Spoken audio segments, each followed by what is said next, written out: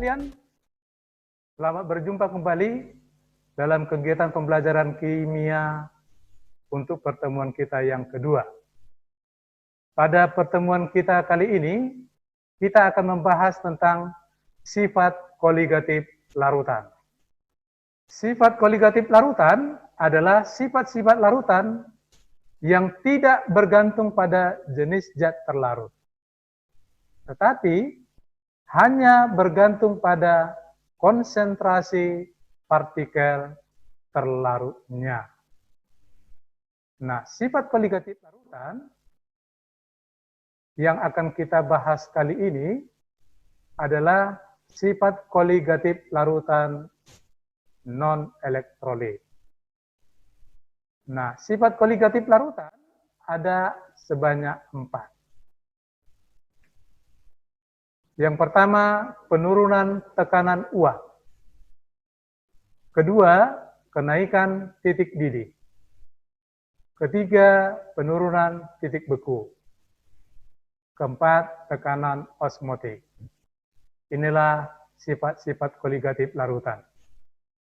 Nah, kita akan mulai bahas dari penurunan tekanan uap larutan.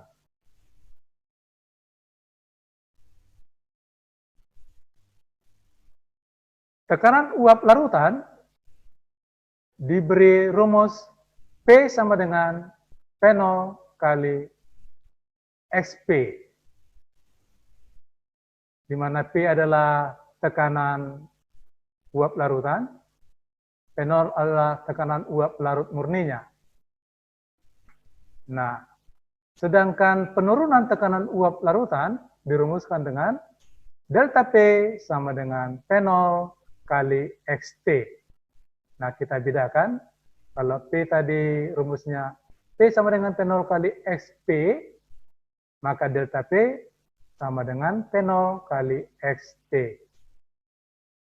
Di mana P0 itu adalah tekanan uap pelarut murni dengan satuan milimeter air raksa, sedangkan delta P sama dengan penurunan tekanan uap larutan dengan satuan milimeter air raksa.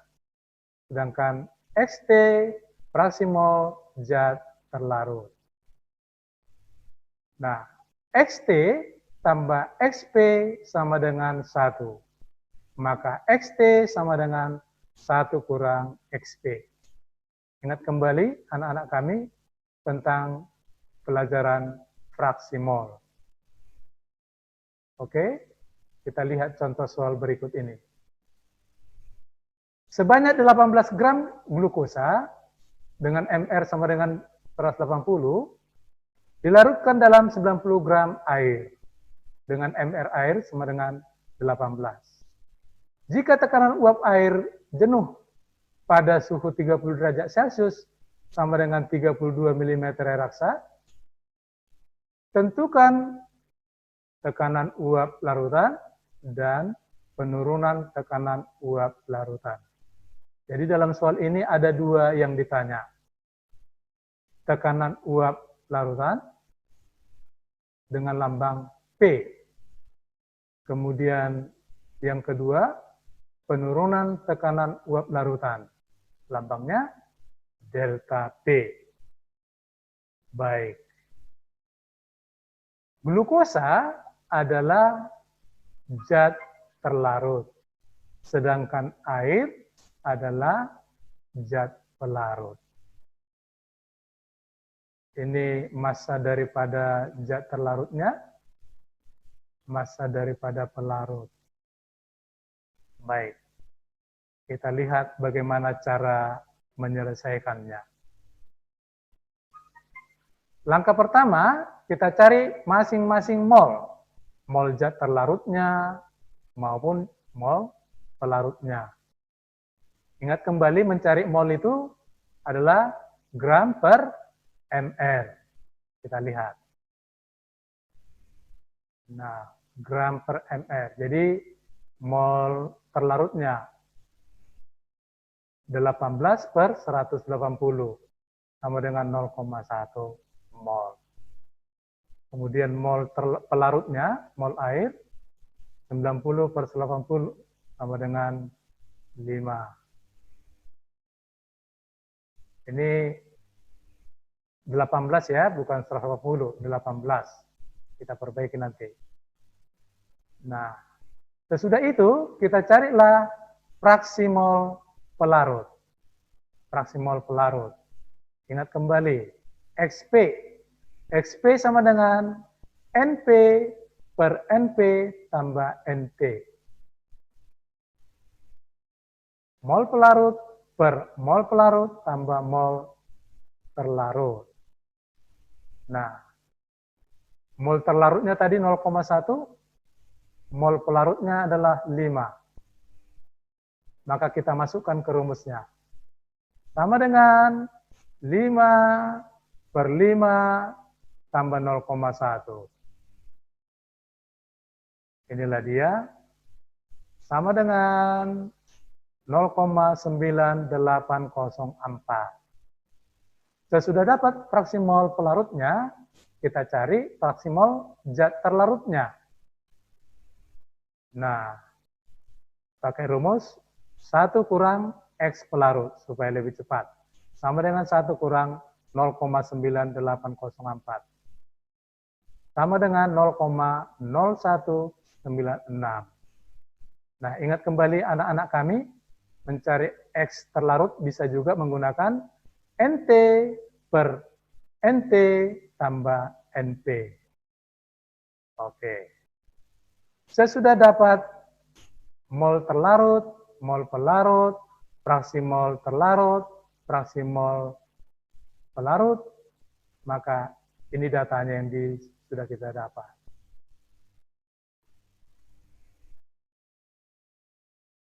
Nah, maka yang ditanya tadi, yang pertama adalah tekanan uap larutan. Lambangnya adalah P. Maka rumusnya P sama dengan P0 dikali XP. Nah, kita masukkanlah P0 ini dari sini, 32. XP ini 0,9804. Nah, itulah dia.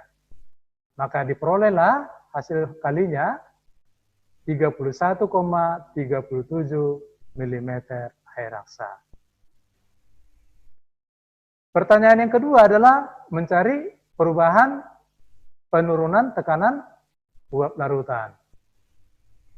Delta P, inilah rumusnya. Delta P sama dengan P0 kali XT. P0-nya tadi ini, P0-nya. Kemudian XT-nya ini. Berarti sama dengan 32 kali 0,0196. Diperolehlah hasil kalinya 0,63 mm air raksa. Demikian anak-anak kami cara mencari tekanan uap larutan dan penurunan tekanan uap larutan. Baik, sekarang kita lanjutkan sifat koligatif larutan yang kedua, yaitu kenaikan titik didih. Kenaikan titik didih dilambangkan dengan delta TB. Nah, inilah rumusnya. Delta TB sama dengan M kali KB. Nah, kita lihat keterangannya, delta TB itu adalah kenaikan titik didih, satuannya adalah derajat Celcius. Kemudian M itu adalah molalitas, sedangkan KB adalah tetapan atau konstanta kenaikan titik didih dengan satuan derajat Celcius per molal. Ingat kembali M ini adalah molalitas. Molalitas itu bisa juga dijabarkan rumusnya gram per mr kali 1000 per pelarut. Ingat ya anak kami sekalian, kita sudah bahas ini pada pertemuan sebelumnya. Baik, kita lanjutkan. Contoh soal berikut. Sebanyak 15 gram urea, di mana mr sama dengan 60, dilarutkan dalam 400 gram etanol. jika KB etanol sama dengan 1,19 derajat Celcius per M, dan titik didih etanol sama dengan 78,4 derajat Celcius, tentukan titik didih larutan urea dalam etanol tersebut.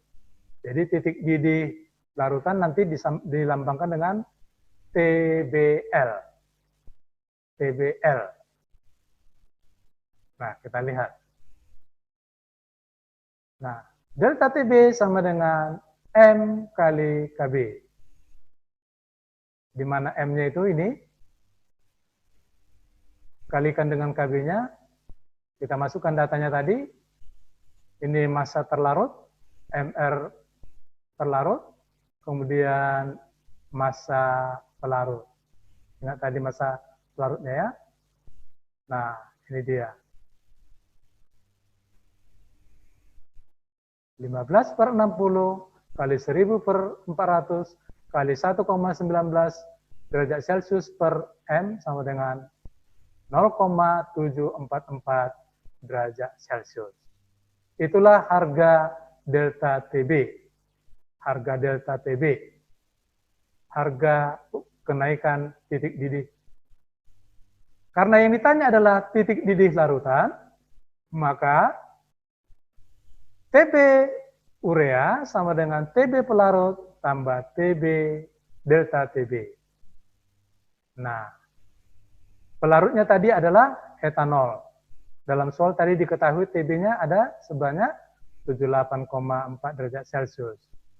Nah, delta TB-nya kita sudah dapat tadi ini. Masukkan kemari.